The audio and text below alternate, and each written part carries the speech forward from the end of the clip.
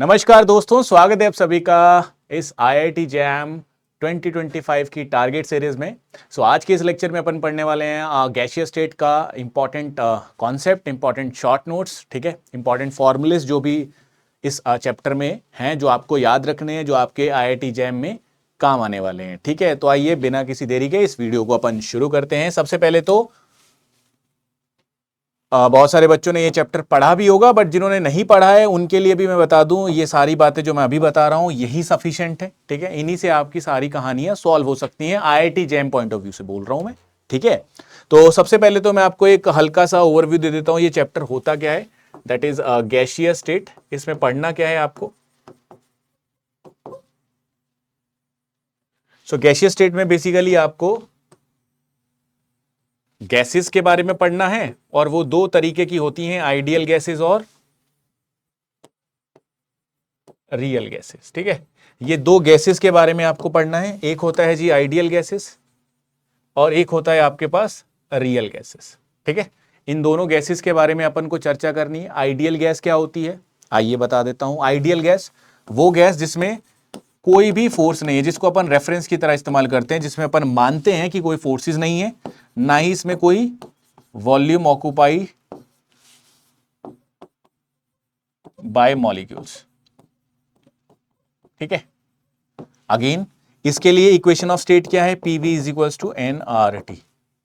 Same ऐसे ही real gas में आपको क्या क्या बातें ध्यान रखनी है सर, वो गैसेस जिसमें फोर्सेस होती हैं, वो गैसेस जो वॉल्यूम ऑक्यूपाई करती हैं। ठीक है, और अगर ऐसा है तो यस, इसका इक्वेशन ऑफ स्टेट भी अलग होगा, है ना। मैं चर्चा करना शुरू कर चुका हूं जी। आइडियल गैस और रियल गैस, दो गैसेस पढ़नी है। आइडियल गैस क्या होती है, ऐसी गैस जिसमें कोई फोर्सेस ना हो, ऐसी गैसेस जिसमें वॉल्यूम को अपन नेग्लिजिबल मानते हैं, तो इसी वजह से जो इसका इक्वेशन ऑफ स्टेट आता है वो पीवी इक्वल टू nRT लेते हैं। वेयर एज रियल गैसेस में हाँ सर, फोर्सेस भी होता है, वॉल्यूम भी होता है, और अगर ऐसा होता है तो इसका इक्वेशन ऑफ स्टेट भी अलग होगा, which is P plus n² by v², V minus NB equal to nRT, and that is what its value for real gases. इसी को अपन कहते हैं van der Waals equation of state. This is what we call it as van der Waals equation of state. इसी को हम कहते हैं van der Waals equation of state. ठीक है, जिसमें A क्या होता है, B क्या होता है, ये इसका ध्यान रखना है आपको। आइए अपन लिख लेते हैं जी। A होता है दैट इज, दोनों के दोनों कहते हैं अपन वैन डर वाल constant, which is A represent forces of attraction और बी रिप्रेजेंट करता है वॉल्यूम ऑक्यूपाइड को। इसको ऑल्सो कहा जाता है एक्सक्लूडेड वॉल्यूम। ठीक है, इसका फॉर्मूला होता है Na 4 × 4/3 πr³, that is what your B. सो ये ध्यान रखिएगा, ये इंपॉर्टेंट है बातें। ठीक है जी, तो we have an ideal gas which have a PV equal to nRT। यहीं से पीवी इक्वल टू nRT से अपन एक फॉर्मूला डिराइव कर सकते हैं। n क्या होता है, given mass by molar mass into RT। ठीक है, यहां से v को नीचे लाऊंगा, m/v into RT/m। Mass by volume क्या होता है, डेंसिटी, तो p is equals to dRT/m। यहां से मैं डेंसिटी का फॉर्मूला निकाल सकता हूं, PM/RT। तो ये बहुत इंपॉर्टेंट है डेंसिटी वाला फॉर्मूला, एक तो ये ध्यान रखना है आपको। साथ में आपको ये van der Waals equation state में A और B का नामकरण याद रखना है, ये भी इंपॉर्टेंट है। ठीक है, तो एक बेसिक सा मैंने आपको इंट्रोडक्शन दिया अबाउट द रियल गैसेस और आइडियल गैसेस। अब मैं आपको सबसे पहले तो रियल गैसेस पढ़ाता हूं। ठीक है, क्योंकि ऑब्वियसली बहुत सारे बच्चों को इसमें डाउट होता है। ठीक है, रियल गैसेस के बारे में पहले अपन चर्चा कर लेते हैं। आइडियल गैस में कुछ नहीं है, बस थोड़े से फॉर्मूलेज हैं, ठीक है, वो देखने होते हैं। मेजरली रियल गैसेस के बारे में अपन चर्चा करते हैं। आइए, रियल गैसेस, सवाल भी अक्सर यहीं से पूछे जाते हैं। सो रियल गैसेस में सबसे पहले तो इसका इक्वेशन ऑफ स्टेट आपको जानना है। इक्वेशन ऑफ स्टेट क्या होता है sir, P plus n² by v², V minus NB equal to nRT। ये हम जानते हैं, this is the van der वाल कांस्टेंट। इसको कहा जाता है प्रेशर करेक्शन टर्म, इसको कहा जाता है वॉल्यूम करेक्शन टर्म। ठीक है, ए और बी का मैंने अभी नाम लिखा। ए होता है जी that represent forces of attraction, ठीक है।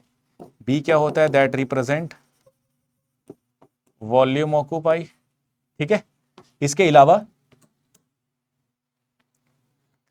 एक तो इसके नेमिंग्स पे भी सवाल आते हैं, दूसरा इनके यूनिट्स, है ना, units of interval constant.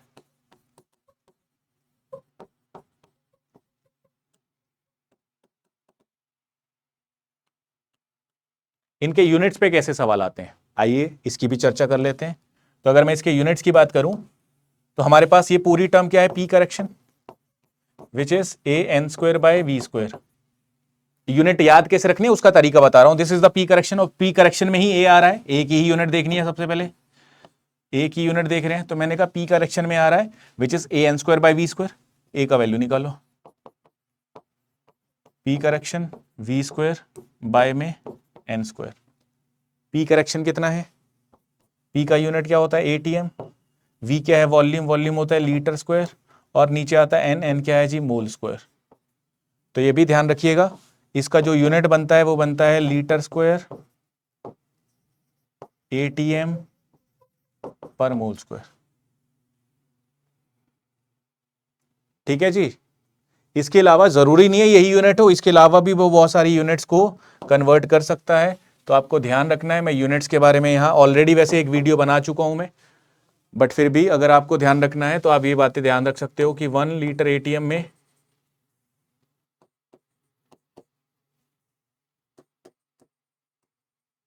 101.325 joule होते हैं, 1 लीटर बार में 100 जूल होते हैं, 1 किलो जूल होते हैं जी, सॉरी 1 जूल होता है,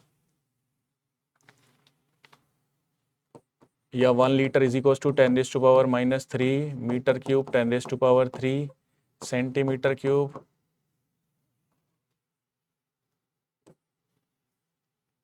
10⁻³ ml और 1 डेसीमीटर क्यूब। ये आपका लीटर की टर्म में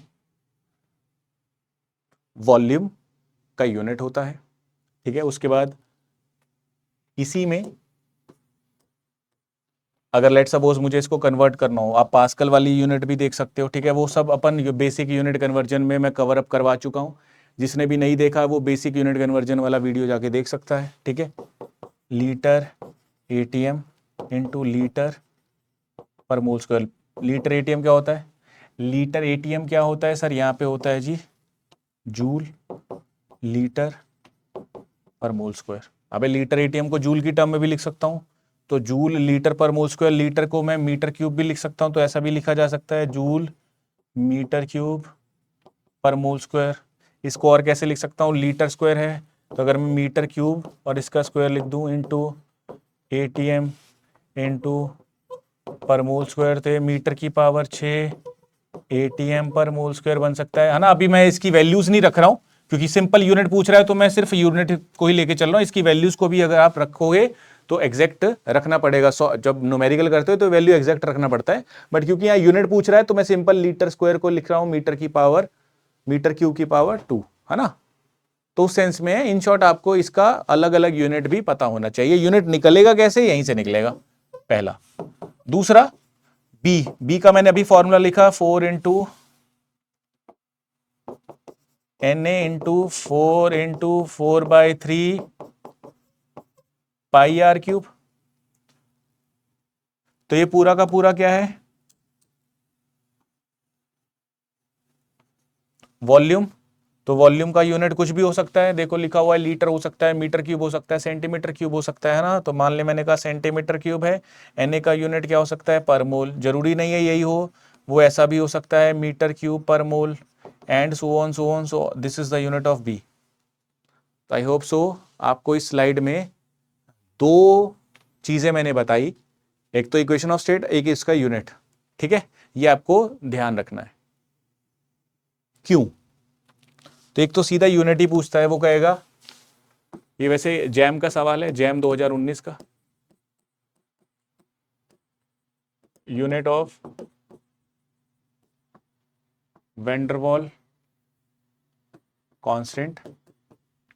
आपको बताना है unit of van der Waals constant and that should be your A.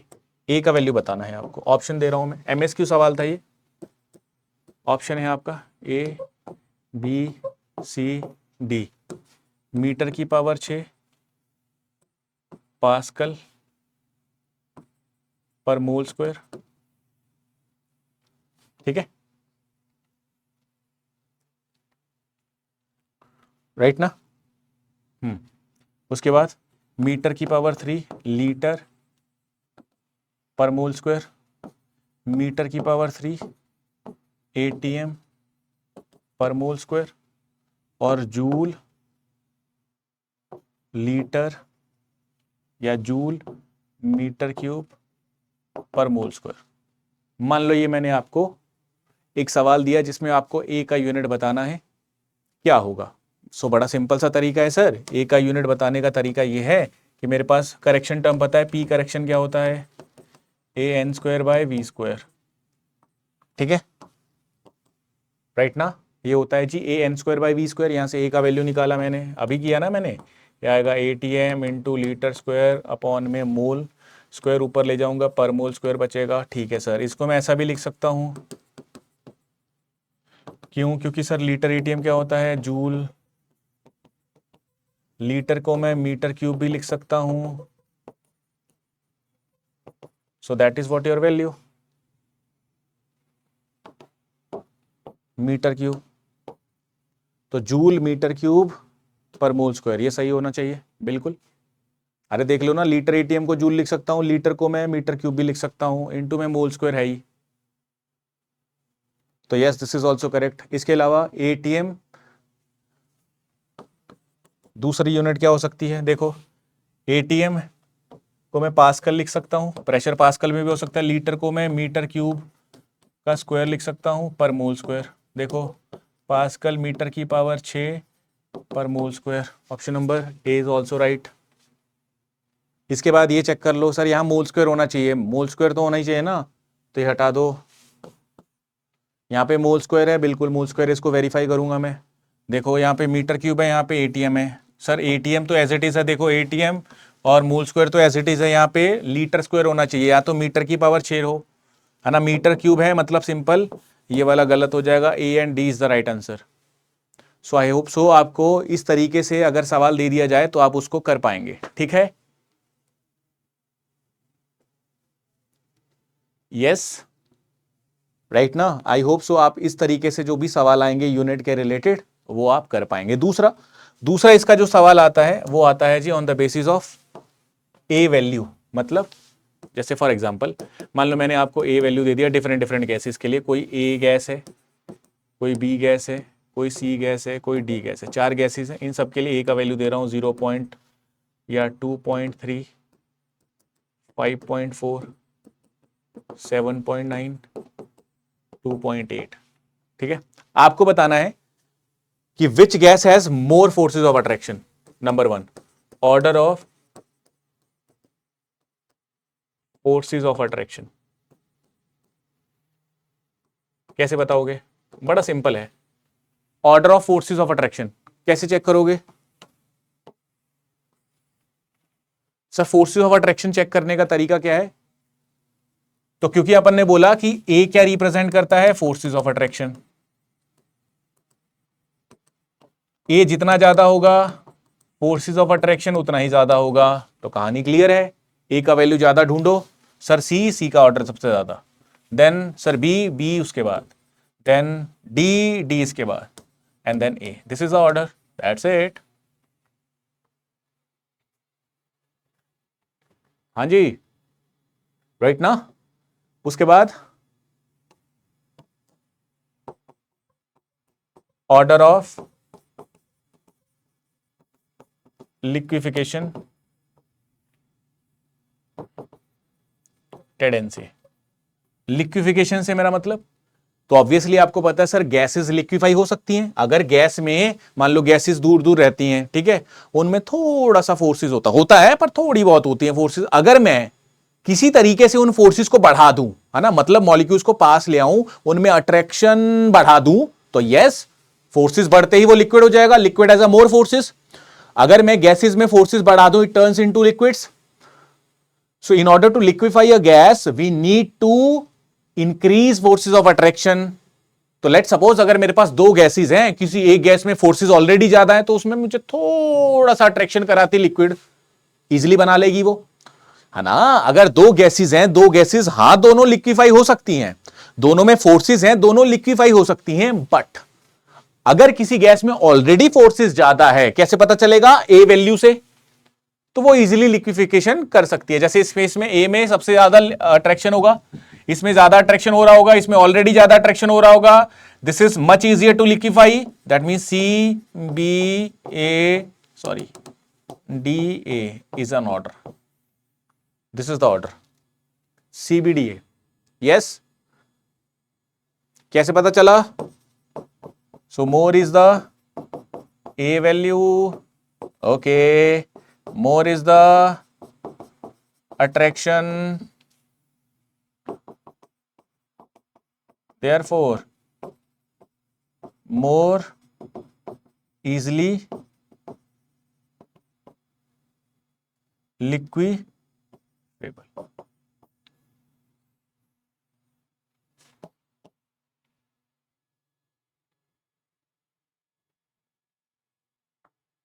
More easily liquefiable होगी वो, राइट ना? ठीक है, जितनी ज्यादा अट्रैक्शन उतनी ज्यादा फोर्सेस, उतनी इजीली वो लिक्विफाई हो सकती है। तो इसका ध्यान रखिएगा। फिलहाल के लिए अपन ने एक तो पढ़ा है जी वैन डर वाल कांस्टेंट। वैन डर वाल कांस्टेंट क्या होता है? उसमें फोर्सेस ए और बी का वैल्यू नामकरण, जो कि वैन डर वाल कांस्टेंट होते हैं। ए रिप्रेजेंट करता है फोर्सेस को, बी रिप्रेजेंट करता है वॉल्यूम को। ए और बी की यूनिट्स क्या होती हैं वो लिखा, यूनिट पे सवाल आता है, इस तरीके से आता है। उसके बाद हमने ए और बी का नाम जो लिखा है उस पर भी सवाल आ सकता है। जैसे मैंने बी के डाटा दे दिए हैं, सॉरी ए के डाटा दे रही हैं डिफरेंट गैसेस के लिए, तो इस हिसाब से वो ऑर्डर ऑफ अट्रैक्शन पूछ सकता है या फिर ऑर्डर ऑफ लिक्विफिकेशन टेंडेंसी भी पूछ सकता है। चलिए जी आगे बढ़ते हैं, थोड़ा सा अपन आगे बढ़ते हैं। आगे चलते चलते अब हम अगली बात पकड़ते हैं, and that is what? Compressibility factor.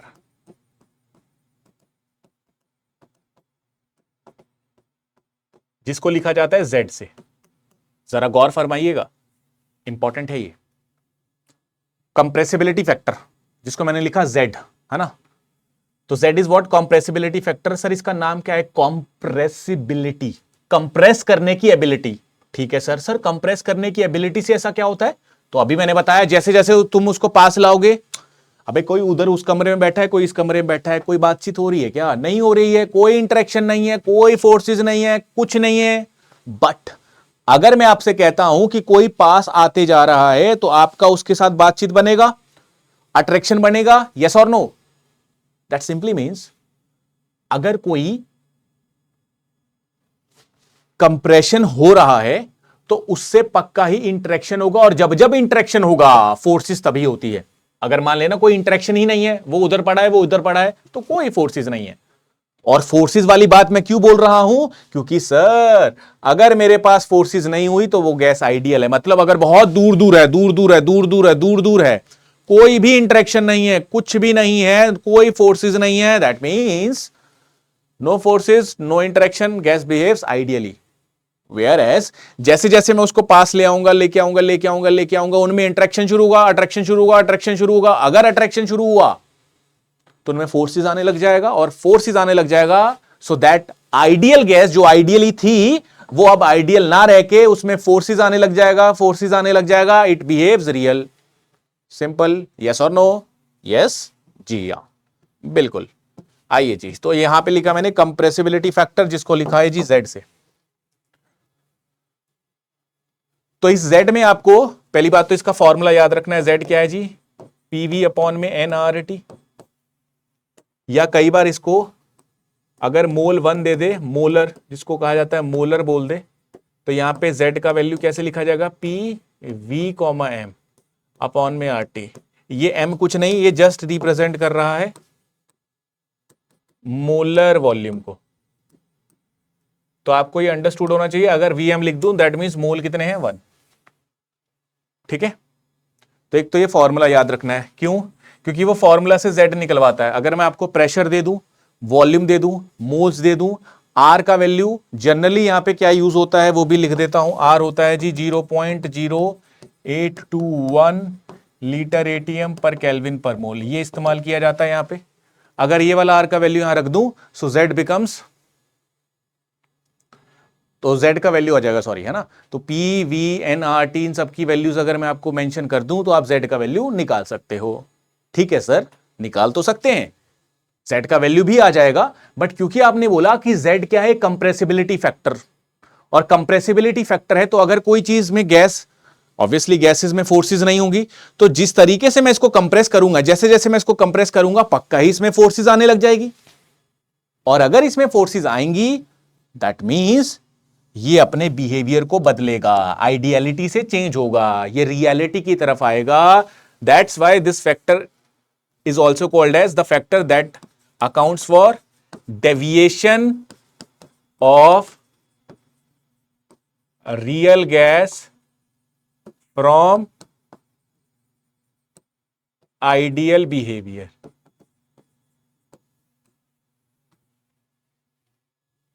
Deviation of real gas from ideal behaviour, ठीक है जी। कैसे करता है, तो इसके लिए आपको 3 बिंदु याद रखने हैं, आइए मैं लिख देता हूं 3 पॉइंटर्स। z का वैल्यू क्या क्या हो और उसका क्या क्या मतलब है। लेट सपोज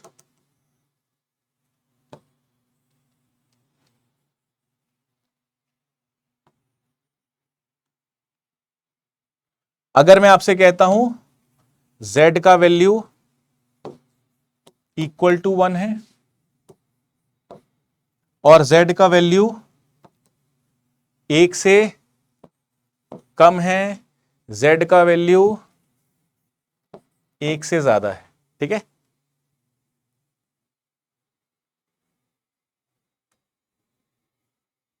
राइट ना, तो मैंने 3 चीजें लिखी, z equal to 1, z equal to 2, sorry z equal to greater than 2, greater than 1 and then we have a z less than 1। 3 चीजें मैंने लिखी, ठीक है।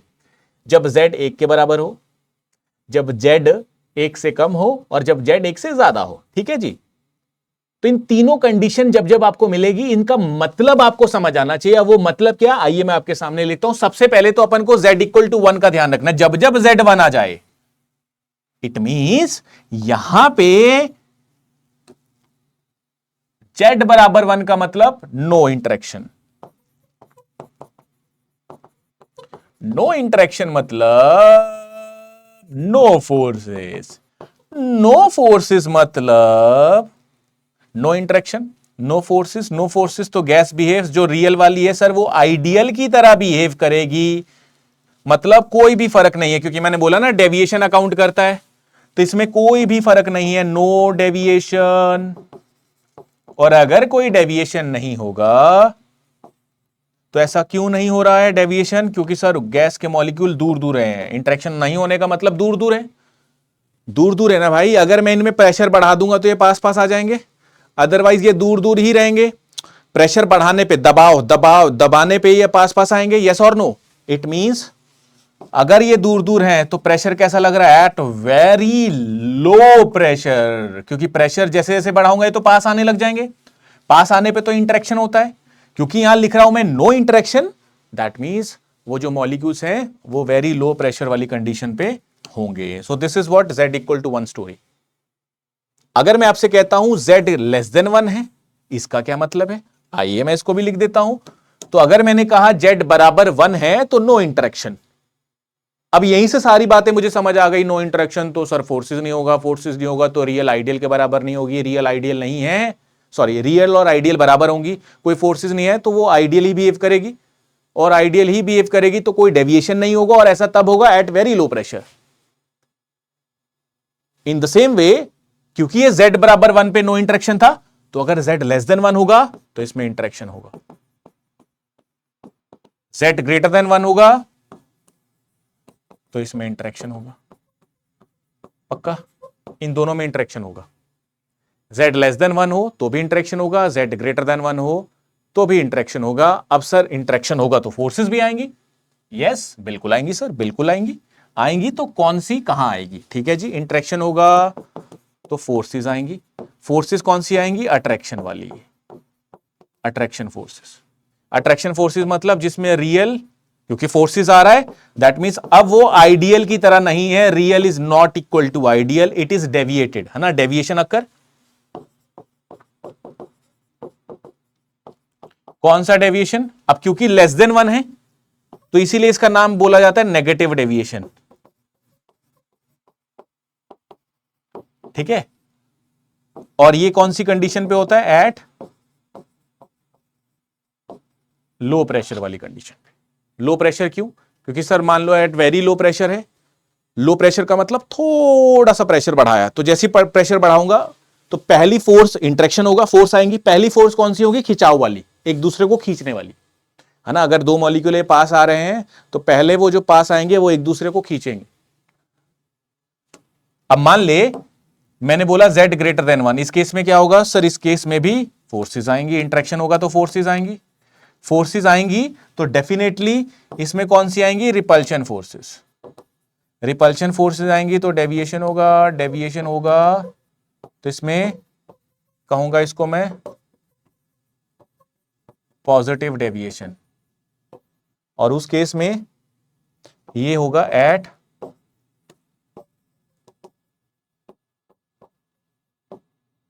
High pressure.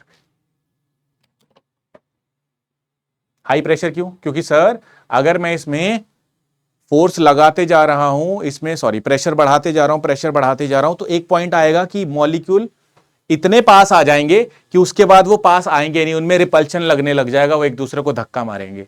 सो अल्टीमेटली अगर मैं आपसे कहूं कि आपको कंप्रेसिबिलिटी फैक्टर के बारे में क्या क्या बातें पता होनी चाहिए, तो वो सारी बातें आपके सामने लिख दी हैं मैंने। इनका इंटरप्रिटेशन करना है, इन सबको याद करना है आपको। आप एक बार स्क्रीनशॉट लेना चाहते हो तो ले सकते हो, ठीक है। चलिए ओके। इसके बाद अगर मैं प्रेशर वॉल्यूम एनआरटी ये वैल्यू आपको दे दूं तो आप जेड निकाल सकते हो। लेट सपोज जेड आपका आया 0.5, तो ऐसा ही सवाल आएगा कि मान लो अगर मैं आपको प्रेशर दे दूं, वॉल्यूम दे दूं, टेम्परेचर दे दूं, मोल्स दे दूं, और उसके बेसिस पे मैं आपसे जेड का वैल्यू निकलवाऊं, और अगर आपका जेड का वैल्यू लेट सपोज 0.5 आ रहा है, which is less than 1, which is एक से कम, तो बताओ उसमें कौन सी फोर्सेज होंगी? सर उसमें अट्रैक्शन फोर्सेज होंगी। बताओ उसमें गैस कैसे बिहेव करेगी? सर रियल बिहेव करेगी। बताओ उसमें डेविएशन कैसा होगा? सर नेगेटिव डेविएशन होगा। मतलब आप सारी कहानी ये बता सकते हो। अगर जेड बराबर 1 आया मतलब वो गैस कैसी है? सर आइडियल गैस है। वो गैस में फोर्सेस होगा? नहीं होगा। सर उसमें डेविएशन होगा? सर नहीं होगा। मेरी बात समझ रहे हो ना? So this is what you need to remember. ये आपको ध्यान रखनी है चीजें, ठीक है। इसका ध्यान रखिएगा जी। इसके अलावा अपन को जो अगली बात पढ़नी है, आइए थोड़ा सा आगे चलते हैं। इसके अलावा हमें पढ़ना है इसका Z versus P curve.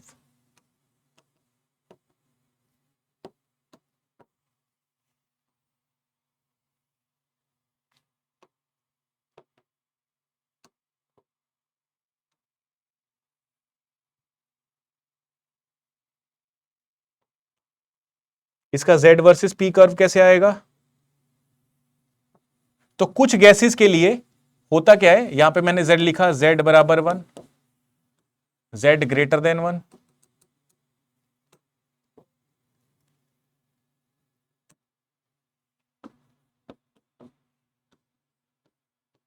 Z less than 1, ठीक है। सो दिस इज व्हाट जेड, और यहां पे लिख रहा हूं मैं पी। पी क्यों लिख रहा हूं? क्योंकि सर यहां पे जैसे जैसे आपने पहले लिखा वेरी लो प्रेशर, फिर लो प्रेशर, फिर हाई प्रेशर, तो जैसे जैसे आप Z को वेरी करते जा रहे हो उसके साथ साथ P को वेरी करते जा रहे हो, उसके साथ साथ Z भी वेरी हो रहा है, और उसी का वेरिएशन बनाना है। तो कैसे बनेगा देखना जरा। अगर इस पॉइंट से मैं बनाता हूं तो एक गैस मान ले मेरी ये जा रही है, ऐसा कुछ इसका ग्राफ आ रहा है,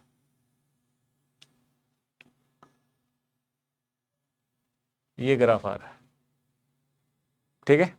इसमें करना क्या है, मान ले मैंने कहा ये मेरा A है, ये B है, ये C है। मेरा सवाल आपसे ये होगा कि बताओ इसमें order of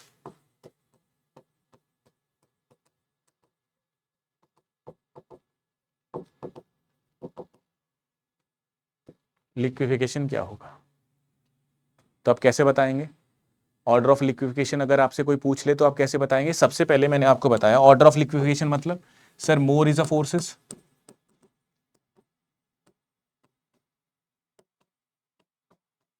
more is the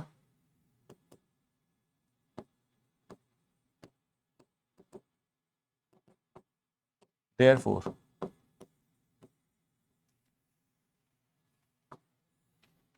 अगर मोर फोर्सेस है और उसी से लिक्विफिकेशन ज्यादा होगा, तो मैंने ये बात अभी लिखवाई भी थी, और वो क्या है, जितना ज्यादा अट्रैक्शन होगा उतना ही ज्यादा लिक्विफिकेशन होगा। तो अब अट्रैक्शन किस गैस में ज्यादा है? तो सर अभी आपने बताया जिसका Z लेस देन 1 हो। अबे अट्रैक्शन के लिए क्या देखते हो? Z लेस देन 1, और Z जिसका भी लेस देन 1 हो, हाँ उसमें अट्रैक्शन तो होगा। मतलब तीनों ही गैस में देख Z क्या है, कम है, देख लो इसमें भी एक कम है, इसमें भी कम है, इसमें भी कम है, तीनों गैसेस का कम है, बट ज्यादा जिसमें कम होगा, जैसे इस केस में C वाली गैस देखो, इसमें ये ज्यादा नीचे की तरफ है। तो सर Z का अगर ऑर्डर बोलूंगा तो C में क्योंकि ज्यादा कम है तो C में फोर्सेस ज्यादा होंगी। जितना ज्यादा कम होगा उतना ही ज्यादा अट्रैक्शन फोर्सेस होगा, C में ज्यादा है as compare to B as compare to C। देखो ना ये C में ज्यादा नीचे की तरफ है, देन ये B में है, and then this is what in A, so this is what CB and this is A। तो इस तरीके से भी वो सवाल पूछ सकता है, ये आपको ध्यान रखना है जी, ये इंपॉर्टेंट है, इसका आप ध्यान रखिएगा, ठीक है। सो this is what order of liquefaction. तो आज की क्लास में अपन ने एक तो ये पढ़ा है कंप्रेसिबिलिटी फैक्टर्स क्या होते हैं, कंप्रेसिबिलिटी फैक्टर वाला फॉर्मूला इंपॉर्टेंट था, इसके बारे में मैंने आपको कुछ चीजें लिखवाई हैं, ठीक है, ये आपको ध्यान रखना है। और उसके बाद ये, ठीक है, इसके बाद क्रिटिकल कॉन्स्टेंट्स के कुछ फॉर्मुलेज होते हैं, उसको भी ध्यान रख लीजिएगा। VC कितना होता है 3B BOE, that is excluded volume वाला। अगेन TC कितना होता है 8/27 RB, और PC होता है A/27B²। इनकी वैल्यूज भी याद रख लेना, इस पे भी कई बार वो सवाल पूछ लेता है, ठीक है, ओके। तो बाकी इसका जो दूसरा पार्ट आएगा वो नेक्स्ट वीडियो में होगा, जिसमें हम बाकी चीजें डिस्कस करेंगे। आज की वीडियो में अपन एक तो वेन डर वाल कांस्टेंट सीखा है, उसके यूनिट सीखे हैं, और साथ में अपन ने कंप्रेसिबिलिटी फैक्टर के बारे में भी सीखा है, राइट। आई होप सो ये वीडियो आपके लिए यूजफुल रहेगी, तो इसको पढ़िएगा, इसको रिवाइज करिएगा। बहुत बहुत शुक्रिया जी।